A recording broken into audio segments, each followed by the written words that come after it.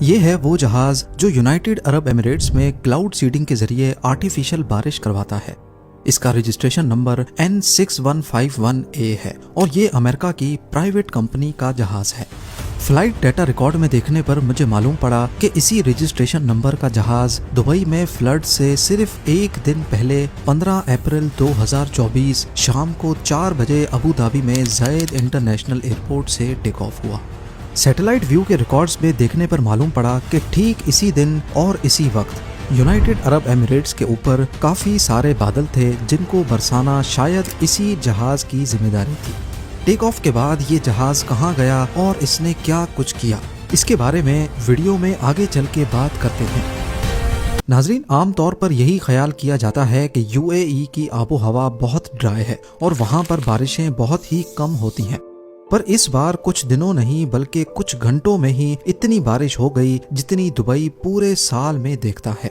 Dubai کے شاندار administration system کی وجہ سے اس کو منی یورپ بھی کہا جاتا ہے، لیکن اس بار منی یورپ میں لاکھوں گاڑیاں، گھر، شاپس اور آفیسز پانی میں ڈوب گئے اور اگلے 5 دنوں تک پانی کو نکالنا دبئی گورنمنٹ کا سر درد بنا رہا۔ کیا یہ دبئی میں کلاؤڈ سیڈنگ کا نتیجہ تھا یا پھر ان کا سیوریج سسٹم فیل ہو گیا، اور اگر ہاں تو کیسے؟ 14 اپریل 2024 کو گلف آف عمان سے بارشوں کا ایک سلسلہ تیز طوفان کے ساتھ عمان میں داخل ہوتا ہے اور موسلا دھار بارش سب سے پہلے عمان کو ہٹ کرتی ہے۔ سڑکوں پر پانی جمع ہو جاتا ہے اور 20 لوگوں کا جانی نقصان ہوتا ہے۔ دیکھتے ہی دیکھتے یہ سلسلہ 16 اپریل تک UAE میں داخل ہو جاتا ہے۔ شروعات میں اس کو ایک نارمل بارش ہی سمجھا گیا جو کہ 20 mm تک تھی، لیکن دیکھتے ہی دیکھتے بارش بڑھتی گئی اور صرف چند گھنٹوں میں یہ 20 mm سے 142 mm یعنی قریب 5.5 انچ تک پہنچ جاتی ہے۔ دبئی کی بزی روڈز پر کئی فٹ گہرا پانی کھڑا ہو جانے کی وجہ سے یہاں ٹریفک کا نظام دھرم بھرم ہو جاتا ہے۔ لوگ اپنے گھروں میں قید ہو جاتے ہیں، جبکہ کچھ ایریاز میں تو گھروں کے اندر بھی کمر جتنا پانی جمع ہونے کی انفارمیشن ملی ہے۔ بہت سی ویڈیوز میں دیکھا جا سکتا ہے کہ لوگوں کے گھروں میں قیمتی سامان پانی کی وجہ سے تباہ ہو گیا ہے۔ تمام شاپس بند ہونے کی وجہ سے لوگوں کے پاس کھانے پینے کی اشیاء بھی ختم ہو جاتی ہیں اور لوگ بھوک کی وجہ سے بے حال ہو جاتے ہیں، لیکن بارش رکنے کا نام ہی نہیں لیتی۔ یہاں تک کہ دبئی انٹرنیشنل ایئرپورٹ، جہاں نارملی دن میں ہزاروں فلائٹس لینڈ ہوتی ہیں، رن وے پر گھٹنوں جتنا پانی کھڑے ہونے کے باعث فلائٹ ریڈار پہ یہ ایئرپورٹ کچھ ایسا منظر پیش کرنے لگا۔ جو جہاز ایئرپورٹ پر تھے وہ وہیں کھڑے کے کھڑے رہ گئے، جبکہ آنے والی تمام فلائٹس کو ڈائیورٹ کیا جانے لگا۔ ایئرپورٹ پر موجود مسافروں کا سفر گھنٹوں کے بجائے اب دنوں میں تبدیل ہو جانے لگا۔ معمولی سی دکھنے والی بارش دھیرے دھیرے دنیا کے سب سے ترقی یافتہ شہر کو پوری طرح جیم کر کے رکھ دیتی ہے اور اسکولز آفیسز کو ان نون ڈیوریشن کے لیے بند کر دیا جاتا ہے۔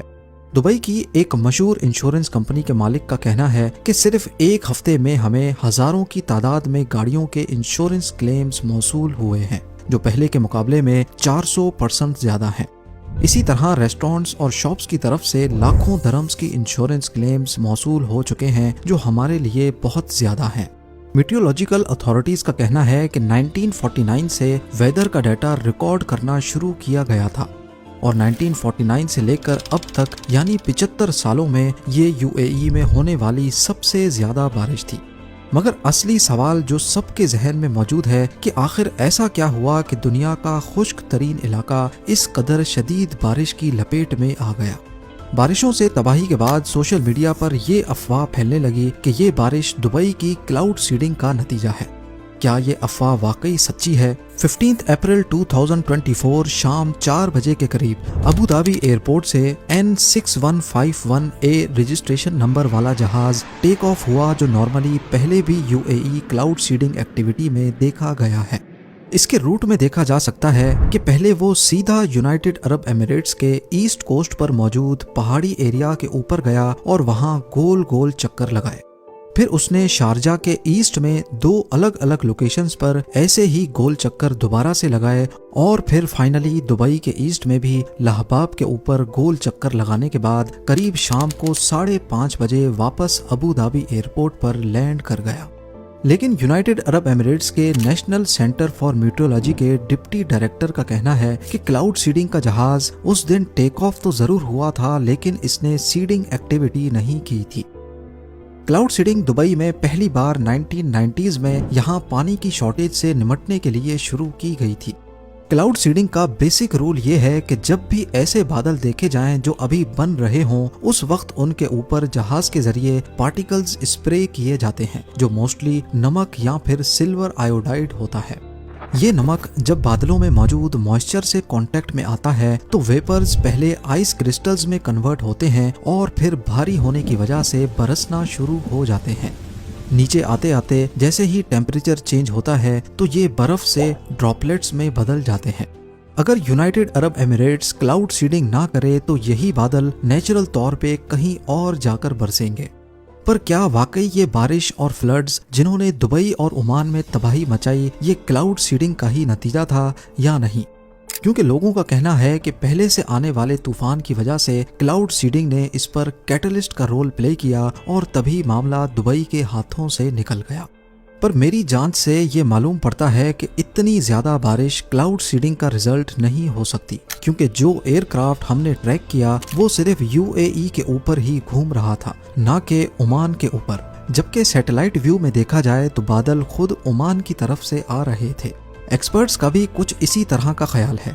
ویدر ایکسپرٹس کا کہنا ہے کہ کلاؤڈ سیڈنگ سے بارش ضرور ہوتی ہے لیکن اس قدر زیادہ بارش نہیں کہ سیلاب کی صورت پیدا ہو جائے۔ ماہرین کا کہنا ہے کہ کلاؤڈ سیڈنگ سے بارش پیدا نہیں کی جاتی، بلکہ بارش تو پہلے سے ہوا میں موجود ہوتی ہے، اس کو صرف برسایا جاتا ہے۔ اسی لیے کلاؤڈ سیڈنگ کو اس فلڈ کا ذمہ دار ٹھہرانا کسی صورت بھی ٹھیک نہیں ہے۔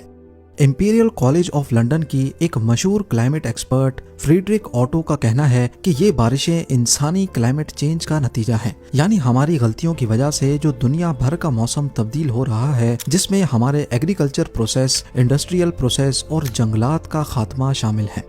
کلائمیٹ چینج سے تو پوری دنیا ہی متاثر ہے اور اگر اس کا حل نہ نکالا گیا تو آنے والے چند سالوں میں شدید موسمی تبدیلیوں سے پوری دنیا کو نقصان اٹھانا پڑ سکتا ہے۔ ماہرین کا یہ بھی کہنا ہے کہ اگر ایسی بارشیں کسی ایسے ملک میں ہوتی جہاں بارشیں ہوتی رہتی ہیں تو شاید اس قدر نقصان نہ ہوتا جتنا یونائٹڈ عرب ایمریٹس اور عمان میں ہوا ہے۔ اس کی وجہ یہ ہے کہ UAE اور عمان میں عموماً زیادہ بارشیں نہیں ہوتی، اسی لیے یہاں پراپر ڈرینیج سسٹم موجود نہیں ہے اور شہر کو فلڈ جیسی صورتحال سے نمٹنے کے لیے تیار نہیں کیا جاتا۔ دبئی کا ریسنٹ فلڈ ظاہر کرتا ہے کہ شہری انجینئرنگ کلائمیٹ چینج کے ٹیسٹ کو فیل کر چکی ہے۔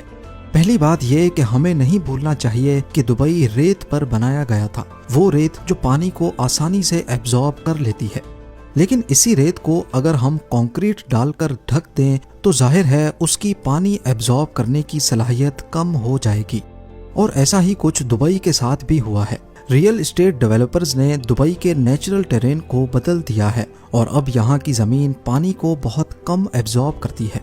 یہی وجہ ہے کہ ہر کچھ سالوں کے بعد یہاں کے سیوریج سسٹم کو بڑھانا پڑتا ہے۔ دوسرا مسئلہ یہ بھی ہے کہ دبئی کی پاپولیشن دن بدن بڑھتی جا رہی ہے اور پاپولیشن کے ساتھ ویسٹ بھی بڑھتا جا رہا ہے۔ دبئی کی سڑکوں پر ہمیں کچرا نظر نہیں آتا لیکن اس کچرے کو کہیں نہ کہیں تو جانا ہے۔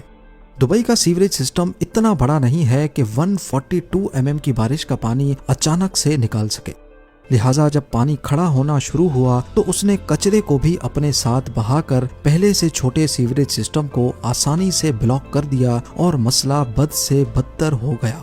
عام طور پر جب ایسی صورتحال پیدا ہوتی ہے تو اس وقت بلاکڈ سیوریج لائن کو آئیڈینٹیفائی کرنا بہت مشکل کام ہوتا ہے۔ ایسا صرف دبئی میں ہی نہیں بلکہ دنیا کی دوسری ڈیولپڈ سٹیز میں بھی دیکھا گیا ہے۔ پچھلی بارشوں میں نیو یارک سٹی کا بھی کچھ ایسا ہی حال تھا۔ اسکولز، روڈز اور گھروں میں پانی کھڑا ہو گیا۔ سیوریج لائنز جو آلریڈی پانی میں مٹی کی وجہ سے آدھی چوک تھیں، جب اچانک اس میں زیادہ پانی آیا تو وہ برداشت نہیں کر پائیں۔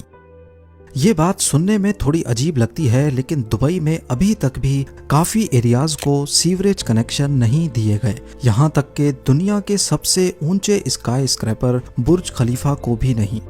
برج خلیفہ کا سارا ویسٹ ایک سیپٹک ٹینک میں جمع ہوتا ہے اور اس کو ڈیلی بیسس پہ ڈمپرز کی مدد سے خالی کیا جاتا ہے۔ خوش قسمتی سے 16 اپریل کی بارش میں دبئی کے پاس ریسورسز اور ٹیکنالوجی کے ساتھ ساتھ بہتر مینجمنٹ موجود تھی، اسی لیے جلد از جلد ٹینکرز اور مشینری کی مدد سے زیادہ تر لوکیشنز پر سے پانی نکال لیا گیا اور سسٹم کو بحال کر دیا گیا۔ لیکن یہ آخری بارش نہیں تھی، ایسی بارشیں پھر سے ہو سکتی ہیں کیونکہ کلائمیٹ چینج کا خطرہ ہر وقت سر پہ منڈلا رہا ہے۔